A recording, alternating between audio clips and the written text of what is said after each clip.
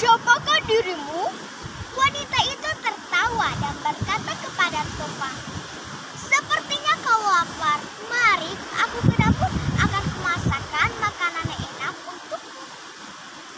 Mereka pun makan, tetapi saat makan, Toba berkata di dalam hatinya, "Seandainya wanita ini menjadi istriku." Ternyata wanita ini bisa membaca apa isi hati Toba. Wanita ini pun menjawab, "Baiklah, aku mau menjadi istrimu, tapi dengan satu syarat." Kata wanita itu, "Jika kita menikah dan aku melahirkan seorang anak, kau tidak boleh mengungkit asal usulku, yaitu saya menikah." Ibu dan teman-teman tahu tidak apa yang dikatakan Toba? Toba berkata, "Baiklah, itu syarat yang sangat mudah." Akhirnya mereka pun menikah. Toba bekerja semakin keras di ladang untuk memenuhi kebutuhan hidup mereka. Akhirnya istri Toba melahirkan seorang anak laki-laki yang diberi nama Samosir. Samosir tumbuh menjadi anak yang pemalas dan juga nakal. Pekerjaannya sehari-hari hanyalah bermain dan tidur-tiduran saja. Ia tidak pernah mau untuk mengantarkan makanan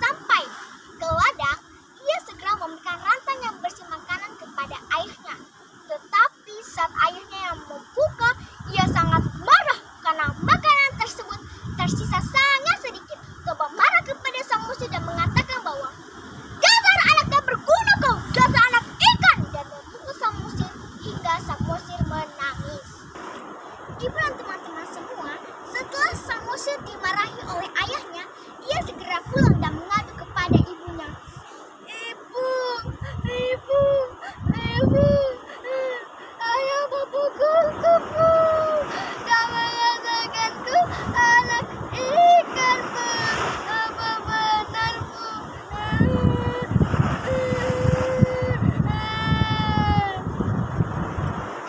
Setelah Samsus selesai mengadu, tiba-tiba ada suara petir yang sangat kuat.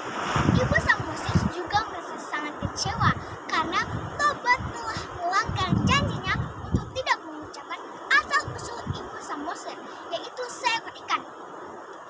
Ibu Samosir segera menyuruh Samosir untuk berlari ke bukit gunung tertinggi. Samosir, kau segera berlari ke bukit gunung tertinggi, nak, karena akan ada air bah yang sangat kuat. Samosir tidak bertanya, melainkan dia segera berlari ke bukit gunung tertinggi. Saat Samosir sampai ke bukit gunung tertinggi, tiba-tiba air meluap dan menjadi air bah yang sangat besar. Ibu Samosir segera melompat ke dalam air dan berubah kembali menjadi ikan mas. Toba yang bekerja di ladang juga sangat heran karena belum pernah ada air bah yang besar seperti ini sebelumnya. Katanya, "Wah, air bah apa ini? Sebelumnya belum pernah ada." Tetapi sebelum Toba berhasil untuk melarikan diri, dia telah dibawa oleh arus air. Akhirnya Toba pun tenggelam. Bukit tempat Samosir bersembunyi telah berubah menjadi sebuah pulau yang berada di tengah-tengah danau.